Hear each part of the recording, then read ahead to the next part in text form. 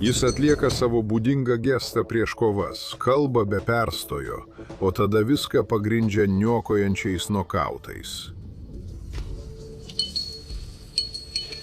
Toks yra Ren Hiramoto, labiausiai savimi pasitikintis kovotojas Japonijoje, kuris save vadina žmogumi tęsiančiu didžiojo Conoro McGregoro valią.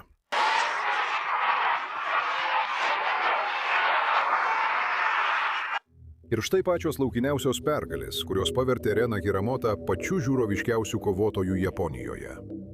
Bet pradėkime nuo pradžių. 2015 m. sausio 18 d. Tokijuje, Japonijoje. Ren Hiramoto debutavo kaip profesionalus kikboksininkas prieš Yuki Ishikawa, būdamas vos 18 metų.